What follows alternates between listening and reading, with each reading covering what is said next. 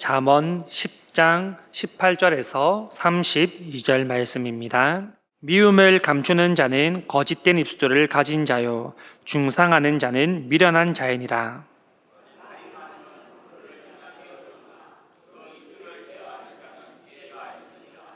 의인의 혀는 수는과 같거니와 악인의 마음은 가치가 적으니라.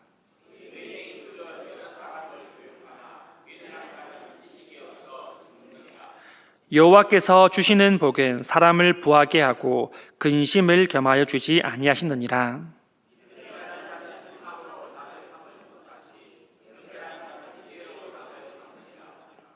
악인에게는 그의 두려워하는 것이 임하거니와 의인은 그 원하는 것이 이루어지느니라.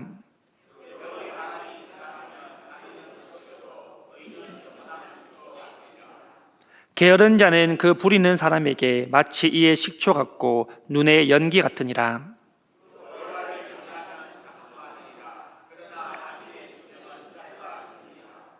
의인의 소망은 즐거움을 이루어도 악인의 소망은 끊어지느니라.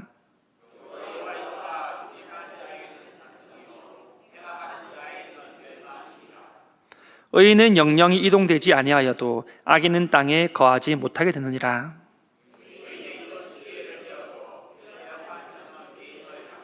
같이 합니다. 의인의 입술은 기쁘게 할 것을 알거는 악인의 입은 패역을 말하느니라. 아멘. 여러분, 우리는 영화나 드라마를 보면 보통 반전이라는 것이 있지만 때로는 보이는 결말도 있을 때가 있음을 보게 됩니다. 사실 우리는 많은 부분에서 반전이 있기를 기대하면서 영화나 드라마를 보게 되죠. 반전이 있으면 보는 재미가 얼마나 더해집니까? 흥미진진하기도 하고 또 다음이 기대되기도 합니다. 하지만 모든 스토리가 다 그렇지만은 않습니다. 때로는 보이는 결말도 있는데요. 이 보이는 결말들은 이미 우리가 다 예상할 수 있기 때문에 그만큼 흥미는 조금 떨어질 수 있습니다. 하지만 장점도 있는데요. 그 장점은 이미 결말을 알고 있다는 것이 장점입니다. 결말을 알고 있는데 왜 그것이 장점이 됩니까? 이런 거죠. 주인공이나 또는 주인공과 함께 있는 동료들이 죽을 위기에 처하게 됩니다. 그러면 영화나 드라마를 보는 우리는 마음들이 어떻습니까? 당연히 그 사람들이 죽지 않기를 간절히 바라면서 보게 됩니다. 또한 풀리지 않는 사건들, 억울하게 누명 쓰고 있는 그런 사건들이 제발 해결되거나 또는 밝혀지기를 우리는 기대합니다. 그런데 가끔 보이는 결말로 인하여서 이미 다 알기 때문에 오히려 조마조마했던 마음들은 편해진다는 것을 우리는 느낄 때가 있습니다. 오늘 우리가 읽은 이 본문도 마찬가지인데요. 솔로몬은 의인과 악인을 이 말과 삶으로 대치하면서 그 마지막 결과는 이미 정해져 있음을 우리에게 말씀하고 있습니다. 그렇다면 보이는 결말 또한 의인과 악인의 대치에서 이 의인의 결말은 과연 무엇이겠습니까? 오늘 본문 18절 말씀입니다. 미움을 감추는 자는 거짓된 입술을 가진 자요, 중상하는 자는 미련한 자이니라.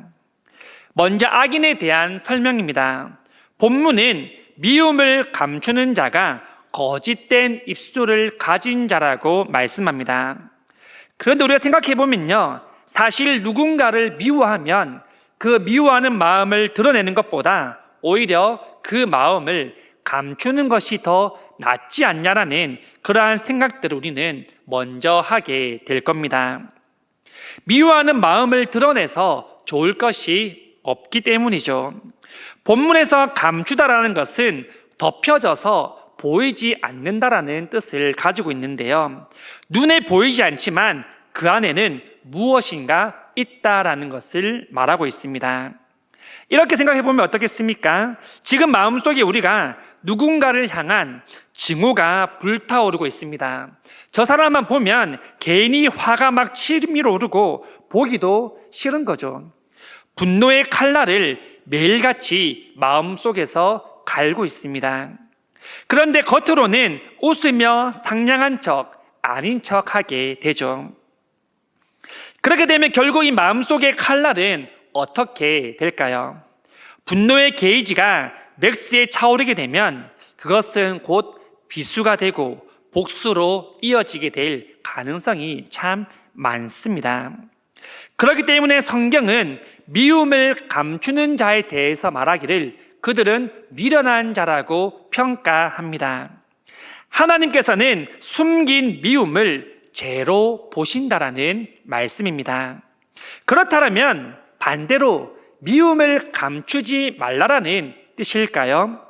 그냥 대놓고 미워하는 그런 마음들을 표현을 하라는 것일까요? 그것도 아닙니다. 오히려 그 마음을 품고 있지 말고 형제를 사랑하고 용서하라는 하나님의 말씀이십니다. 요한일서 3장 15절에서 요한은 이렇게 말합니다. 형제를 미워하는 자는 살인하는 자이니라. 살인이 여러분 얼마나 큰 죄입니까? 그런데 요한은 형제를 미워하는 것과 살인하는 자와 죄가 동일하다라고 그렇게까지 평가하고 있습니다. 마태복음 5장 22절에 보면 또한 이렇게 말씀합니다. 나는 너희에게 이르노니 형제에게 노하는 자마다 심판을 받게 되고 형제를 대하여 나가라 하는 자는 공회에 잡혀가게 되고 미련한 놈이라 하는 자는 지옥불에 들어가게 되리라. 형제를 향하여서 화를 내거나 형제에게 나가 곧 멍청이라고 놀리거나 형제를 미련하다 하거나 형제를 저주하는 자는 지옥불에 떨어질 것이라는 무서운 말씀을 우리에게 주십니다. 예수님께서는 자신을 향하여서 비난하고 침뱉으며 욕을 하여도 그들을 저주하거나 미워하지 않으셨습니다. 우리를 향하여서 모독하고 우리를 증오하는 사람이 있다 할지라도 예수님은 원수를 사랑하라는 그 말씀을 우리에게 주셨습니다. 18절 후반절을 보시면 중상하는 자는 미련한 자라고 그렇게 말하고 있는데요. 중상하다라는 것은 근거 없는 말, 다시 말해서 허위 사실을 유포하여서 상대방의 명예나 지위를 손상시켰다라는 뜻입니다. 거짓을 말하는 것이죠. 허위사실 유포에 대한 법적인 문제들이 오늘날 얼마나 많이 일어납니까? 주위의 사람들을 감쪽같이 속이고 잘못이 없는 사람들을 벼랑 끝까지 몰아세워서 마치 죄인인 것처럼 마녀 사냥하는 일들이 오늘날도 얼마나 많이 일어나고 있습니까? 악인들은 거짓된 입술을 가지고 있습니다. 악인들은 진짜인 것처럼 거짓을 포장하고 있습니다. 악인들의 말에는 보이지 않는 날카로운 칼날이 숨어 있음을 우리는 늘 기억해야 됩니다. 20절과 21절 말씀입니다. 의인의 혀는 순과 같거니와 악인의 마음은 가치가 적으니라. 의인의 입술은 여러 사람을 교육하나 미련한 자는 지식이 없어 죽느니라. 20절과 21절 말씀은요, 의인의 혀와 악인의 마음을 비교하고 있는 말씀인데요. 먼저 의인의 혀는 수는 같다라고 그렇게 비유하고 있습니다.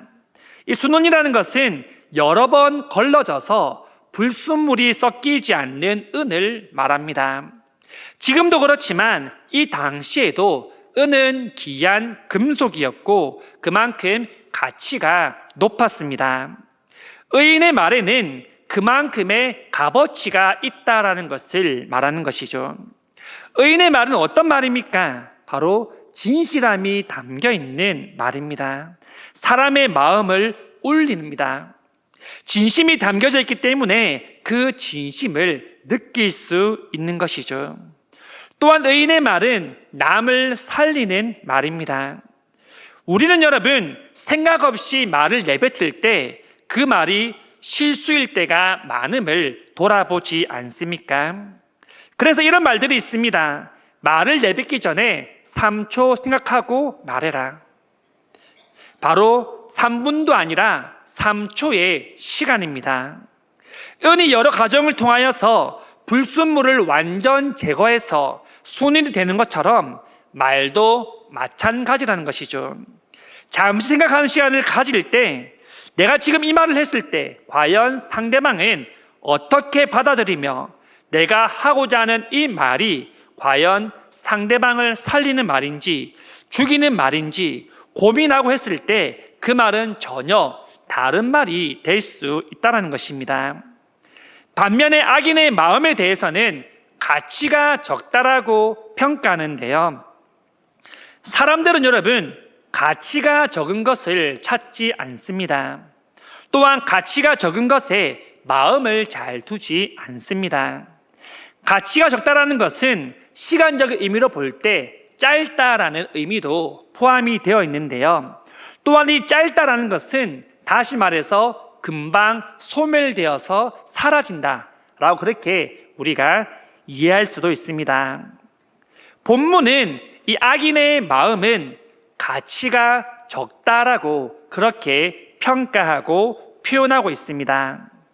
아람어 구약 성경인 탈굼에서는 이를 오물로 번역하고 있는데요. 이렇게 오물이라고 말하면 우리는 어떤 생각이 드십니까? 일단 꺼려지지 않습니까? 더럽습니다. 그런데 깨끗한 수는과 더러운 오물, 이것을 표현하면서 의인의 입과 악인의 마음, 의인과 악인의 차이를 분명하게 보여주고 있는 그런 표현을 또한 사용하고 있는 것을 우리는 볼 수 있습니다. 21절 말씀입니다. 의인의 입술은 여러 사람을 교육하나 미련한 자는 지식이 없어 죽느니라. 본문에서 의인은 또한 여러 사람을 교육하는 사람으로 비유합니다.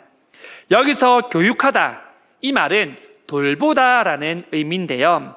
마치 목자가 양을 돌보듯이 선생님이 학생들을 돌보듯이 그렇게 돌보는 것을 뜻합니다. 의인의 입술이 바로 그러한 역할을 한다는 것이죠. 반면에 악인들은 어떻습니까? 지식이 없어서 죽는다라는 그런 표현을 하고 있습니다. 그 이유는 미련한 자는 남을 가르칠 수 없기 때문입니다. 뿐만 아니라 자신조차 바른 길이 무엇인지를 그들은 알지 못합니다. 그렇기 때문에 잘못된 길로 간 결과 그들은 비참한 결과를 맞이하게 될 것임을 말하고 있습니다. 우리는 여러분 토마스 에디슨이라는 과학자를 너무나도 잘 알고 있지 않습니까? 에디슨은 발명해서 특허가 된 것만 해도 무려 1000개가 넘는다라고 우리는 알고 있습니다. 그중에 우리가 잘 아는 전기, 전화기, 영사기, 축전기 등들이 있는데요. 그런데 에디슨의 학창 시절을 보면 이 에디슨을 변화시킨 말이 있음을 우리가 볼 수 있습니다. 에디슨은 초등학교 시절에 퇴학을 당했는데요. 담임 교사가 에디슨은 전응아이며 도저히 이 아이는 가르쳐도 알아들을 수 없는 구제불능이라고 그렇게 낙인을 찍고 학교에서 쫓겨 보냅니다. 그때 절망하고 있던 에디슨에게 에디슨의 어머니가 다가와서 이렇게 말합니다. 에디슨아, 너는 호기심이 참 많은 아이란다. 너는 그 호기심 때문에 분명히 좋은 발명가가 될 거야. 엄마는 내가 자랑스럽단다. 이 말이 에디슨의 삶을 역전시키고 변화시키는 계기가 됩니다. 엄마가 에디슨을 믿어줄 때 그런 아들이 사랑스럽다라고 말할 때 에디슨은 모든 사람이 기억하는 역사적인 인물이 되었습니다. 여러분, 지혜자의 말은 이러한 결과를 가져오게 된다는 것이죠. 우리의 말을 통하여서 누군가의 삶을 변화시킬 수도 있고 또한 누군가의 삶을 망칠 수도 있다는 것을 우리는 잘 기억해야 될 것입니다. 22절 말씀입니다. 여호와께서 주시는 복은 사람을 부하게 하고 근심을 겸하여 주지 아니하시느니라. 사람들은 여러분 복을 돈에서 찾습니다. 그래서 돈을 많이 버는 것이 인생의 목표가 되기도 하죠. 로또에 당첨을 되거나 또는 많은 돈을 가진 사람을 보면 행복해 보이지만 또 한편으로 그들은 두려움과 불안감들을 가지고 살아가는 것을 보게 됩니다. 이 돈을 잃으면 어떡하지? 이 돈을 누가 훔쳐가면 어떡하지? 저 사람은 왜 나에게 계속 친한 척을 하지? 내 돈을 노리나? 라는 그런 생각들을 계속해서 하면서 의심을 가지게 된다는 것이죠. 그들은 내가 쌓은 것, 내가 이룬 것을 지키기 위하여서 부단한 노력들을 하게 됩니다. 이는 세상이 주는 복인데요. 세상이 주는 복을 보면 늘 불안합니다. 언제 잃을지 모르기 때문에, 언제 이것을 놓칠지 모르기 때문에 늘 불안에 시달리며 살아가게 됩니다. 하지만 하나님 주시는 복은 다르다라는 것을 오늘 본문에서 말씀하는데요. 22절을 한 번 더 보시면 이렇게 말씀합니다. 여호와께 주시는 복은 사람을 부하게 하고 근심을 겸하여 주지 아니하시느니라. 앞서 말씀드린 것처럼 세상이 주는 복은 늘 근심을 가져다 줍니다. 하지만 우리 하나님께 주시는 복은 근심이 없습니다. 하나님 주시는 복을 누리는 사람은 불안하지 않습니다. 왜 그렇다라고 말씀합니까? 바로 복의 근원이 하나님이시기 때문입니다. 주신 이도 여호와이시며 거두시는 이도 여호와이심을 우리가 고백하기 때문인 것이죠. 23절 말씀입니다. 미련한 자는 행악으로 낙을 삼는 것 같이 명철한 자는 지혜로 낙을 삼느니라. 여러분은 삶을 보냄에 있어서 이것이 낙이다라고 생각한 적이 언제 있으십니까? 어떤 사람은 자녀, 또한 어떤 사람은 취미생활, 어떤 사람은 여행이 자신의 삶의 낙이라고 그렇게 여기며 살아가게 됩니다. 더구나 우리는 자녀들이 점점 커가는 것을 보면 행복감과 만족감을 느끼게 됩니다. 우리가 읽은 본문에서 이 악인들도 또한 미련한 자들도 낙을 삼는 것이 있다라고 말을 하는데요. 그것은 바로 행악이라고 그렇게 설명을 합니다. 행악은 악한 일들을 말하죠. 악인들은 이 악을 행함에서 즐거움을 찾게 되는 것입니다. 죄를 지음으로써 스스로를 더 드러내 보이고 나타내 보이려는 것이죠. 그렇다면 왜 이들은 행악을 자기의 낙으로 삼으며 살아갑니까? 바로 하나님을 경외하지 않기 때문입니다. 죄를 짓는 것들이 자연스러우며 죄를 지음을 통하여서 마음의 즐거움을 얻습니다.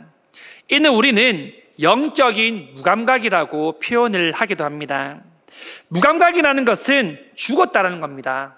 감각이 없다라는 것입니다. 곧 영적인 죽음을 의미하는 것이죠.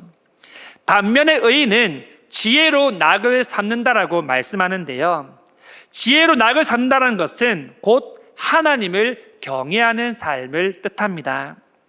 하나님을 경외하는 것이 바로 삶의 낙이라는 것이죠.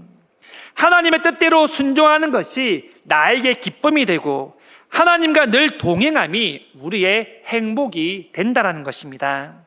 우리 또한 이러한 삶을 다 누리며 살아가고 있는 줄 믿습니다. 25절 말씀입니다.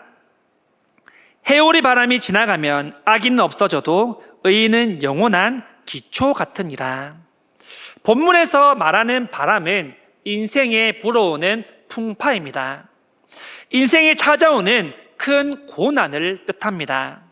이때 의인과 악인은 분명한 차이를 볼 수 있다고 말하는데요.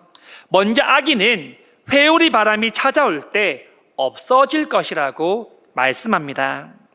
악인들도 여러분 인생을 살아가면서 붙들고 있는 것이 있지 않겠습니까? 그들을 의지하며 살아가는 것들이 있습니다. 하지만 자신을 의지하는 것들이 하나 둘씩 무너져 갈 때 결국 스스로도 무너질 수밖에 없습니다. 그 이유는 더 이상 의지할 곳이 없기 때문이죠. 모든 것을 다 잃어버렸기 때문입니다. 우리 욥의 이야기를 너무나도 잘 알지 않습니까?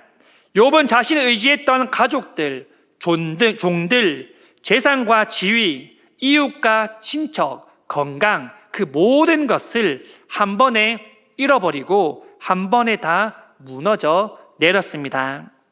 하지만 욥은 그 순간에도 하나님을 의지하며 하나님 앞에 나아가지 않습니까? 25절에 보시면 의인은 영원한 기초 같아라고 말씀합니다. 어떤 거센 바람이 몰아치고 고난이 닥쳐와도 하나님의 뜻을 붙들며 버티고 있는 겁니다. 언제까지입니까? 하나님의 뜻이 나타날 때까지입니다. 여러분, 우리는 어떻습니까? 해오리 바람이 한번 몰아친다 해도 하나님을 끝까지 의지하며 붙들며 살아갈 용기와 믿음이 있으십니까? 사실 우리는 그렇다라고 확실하게 말할 수는 어렵습니다. 왜냐하면 사람은 쉽게 흔들리는 존재이기 때문이죠. 회오리 바람이 한번 몰아치면 사실 정신 차리기도 힘들지 않겠습니까? 그럼에도 불구하고 주님, 우리가 어떠한 풍파와 거센 바람이 몰아쳐도 하나님 뜻을 바라보며 앞으로 나아가겠습니다는 결단과 각오가 우리 안에 있어야 되지 않겠습니까? 악인과 의인의 말과 행동을 비교해 보면 이미 보이는 결말을 볼 수 있다라고 말씀을 드렸는데요. 오늘 성경은 더 정확하게 그 결말에 대해서 말씀합니다. 본문 28절입니다. 의인의 소망은 즐거움을 이루어도 악인의 소망은 끊어지느니라. 첫 번째는 의인의 소망은 바로 즐거움이라는 결말입니다. 의인의 소망이 무엇이겠습니까? 바로 하나님 나라겠죠. 우리가 바라보는 것은 영원한 하나님 나라입니다. 그곳에서 영원토록 하나님을 즐거워하며 찬양하는 것이 우리의 소망이며 즐거움이 되어야 됩니다. 하지만 반면에 악인의 소망은 끊어진다라고 말씀하는데요. 끊어진다라는 것은 더 이상 이어지지 않는다라는 겁니다. 왜냐하면 죽음 이후에 새로운 생명이 없기 때문입니다. 우리는 영원 하나님 나라에서 살아갈 새로운 소망이 있지만 악인들에게는 그러한 소망이 없이 끊어졌다라고 그렇게 말씀합니다. 두 번째는 의인은 영영이 이동되지 않다라는 결말입니다. 본문 30절입니다. 의인은 영영이 이동되지 아니하여도 악인은 땅에 거하지 못하게 되느니라. 성경 시대는요, 이 땅이라는 것이 하나님 주신 축복으로 여겼습니다. 그렇기 때문에 땅을 팔지도 않았으며 혹시라도 땅을 뺏기거나 땅에서 추방당하게 되면 그것을 비극적인 일, 부끄러운 일들로 여겼습니다. 하나님 주신 땅에서 쫓겨난다? 이는 곧 하나님과의 단절을 뜻했기 때문입니다. 우리가 잘 아는 시편 1편 3절에 보시면요, 그는 시냇가에 심은 나무라고 말씀합니다. 그가 누굽니까? 바로 복 있는 사람, 의인들을 뜻합니다. 의인은 시냇가에 심은 나무처럼 흔들리지 않다라는 것을 말합니다. 하지만 4절에 보시면 또한 이렇게 말씀합니다. 악인들은 그렇지 아니함이요 오직 바람에 나는 겨와 같도다. 악인들은 바람에 나는 겨와 같이 쉽게 날아가고 없어지고 흩어진다라고 말씀합니다. 여러분, 의인은 장차 하나님께서 허락하신 새 땅에서 영원한 삶을 누리게 됩니다. 하지만 악인은 땅에서 쫓겨나서 비참한 삶으로 생애를 맞이하게 될 것입니다. 그들에게는 소망이 없기 때문이죠. 말씀을 맺겠습니다. 여러분, 이 땅에서 의인의 삶을 살고 싶으십니까? 아니면 내 마음대로 할 수 있는 악인의 삶을 살아보고 싶으십니까? 의인의 삶을 살게 되면 우리의 뜻대로 할 수 없는 일들이 많이 있습니다. 많은 제약이 있습니다. 하지만 의인의 삶은 이미 보이는 결말처럼 소망이 있으며 즐거움이 있으며 영원한 새 땅이 우리에게 약속되어 있습니다. 반면에 악인의 삶은 내가 하고 싶은 것, 모든 것들을 세상 가운데 마음껏 누리며 할 수 있습니다. 하지만 정작 마지막이 되었을 때 그 모든 것들은 죄가 되어 버립니다. 마지막에 아무것도 붙들 것이 남아있지 않습니다. 그렇기 때문에 솔로몬조차 인생은 바람을 붙잡는 것과 같다라는 표현들을 사용하지 않습니까? 잡힐 하지만 결국은 아무것도 잡을 수 없습니다. 하나님이 없는 삶을 사는 인생은 결국 마지막에 아무것도 남지 않습니다. 여러분, 우리는 이 세상 가운데 의인으로 살아야 될지 악인으로 살아야 될지 고민할 필요가 없지 않습니까? 왜냐하면 이미 결말은 나와 있기 때문입니다. 우리는 이미 그 결말을 잘 알고 있기 때문이죠. 그렇기 때문에 우리는 어떻게 해야 되겠습니까? 이미 우리는 결말을 잘 알고 있으니까 나의 이웃이, 나의 가족들이 그러한 결말을 당하지 않도록 복음을 전해야 되지 않겠습니까? 기도해야 되지 않겠습니까? 듣든지 듣지 않든지 우리는 전하는 것이 중요합니다. 기도하는 것이 중요합니다. 그 마음을 변화시키시고 발걸음을 인도하시는 것은 성령 하나님의 역할입니다. 모든 성도님들이 우리의 영원한 소망은 오직 주님께 있음을 믿고 한평생 주님만을 붙들며 살아갈 수 있는 모든 성도님들이 될 수 있기를 간절히 소망합니다.